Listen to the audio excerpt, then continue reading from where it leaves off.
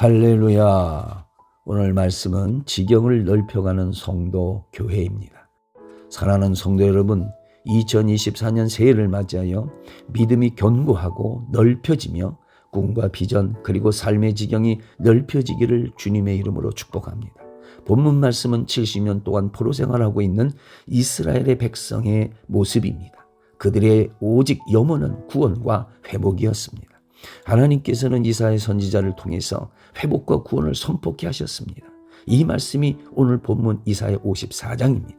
이 이사야 54장을 이해하기 위해서는 이사야 53장을 알아야 합니다. 이사야 53장은 하나님의 종 메시아, 고난받는 종 메시아 예수 그리스도에 관한 예언의 말씀입니다.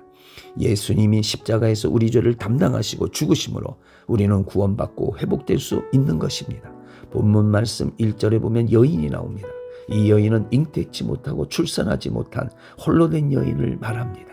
즉 이 여인은 포로 가운데 있는 이스라엘을 상징합니다.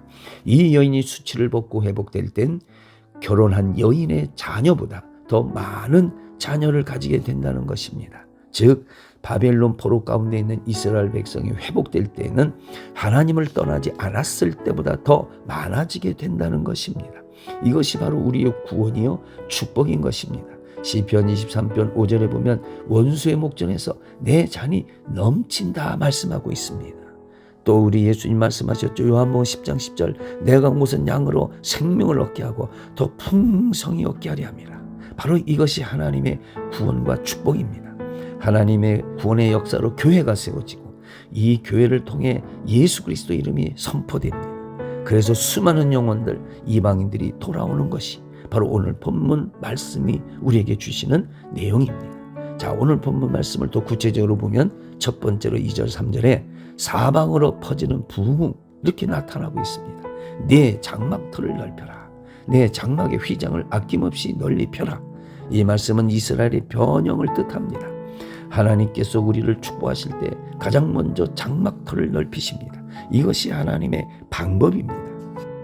하나님께서 이처럼 이스라엘 백성을 회복하고 번영한다는 말씀이죠. 이 말씀의 근거는 바로 예수님의 십자가입니다. 여러분, 십자가에서 우리의 모든 저주는 끝났습니다. 그리고 새로운 살길, 축복의 길을 활짝 열어 놓아줬습니다. 그 결과로 우리는 아무것도 한 것이 없지만 예수님을 믿고 우리는 복을 받게 되는 것입니다. 누구든지 예수 그리스도를 믿으면 회복됩니다. 살아납니다. 치유됩니다. 모든 저주에서 자유케 됩니다. 그럼 왜 장막터를 넓히고 휘장을 널리 펴고 말뚝을 단단히 박을까요? 3절 말씀에 좌우로 퍼져나가기 때문입니다. 축복은 퍼져나가는 것입니다. 부흥은 퍼져나가는 것입니다. 여러분, 이스라엘의 공동체에 이방인까지 확대될 것을 강조하고 있는 말씀입니다. 성령이 임재하시면 새롭고 놀라운 일들이 생기는 것입니다. 마태복음 28장 너는 가서 모든 민족으로 제자 삼아 아버지와 아들과 성령의 이름으로 세례를 베풀고 내가 너희의 분부한 모든 것을 가르쳐 지키게 하라. 사도행전 1장 8절 성령이 너희에게 임하시면 너희가 권능을 받고 예루살렘 유다 사마리아 땅까지 내 증인이 되리라.